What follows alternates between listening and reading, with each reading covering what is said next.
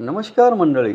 अभिनय क्षेत्रात येण्याआधी अभिनेते आनंद काळे हे गणेश मूर्ती बनवण्याचा व्यवसाय करत होते. वडिलांनी सुरू केलेला हा व्यवसाय त्यांनी पुढे चालवला. मूर्ती बनवणे, त्यांना सजवणे आणि देशभरात जाऊन त्यांची विक्री करणे असं काम ते करत होते. विशेष म्हणजे या व्यवसायाला आता तब्बल 75 वर्ष पूर्ण होत आहेत.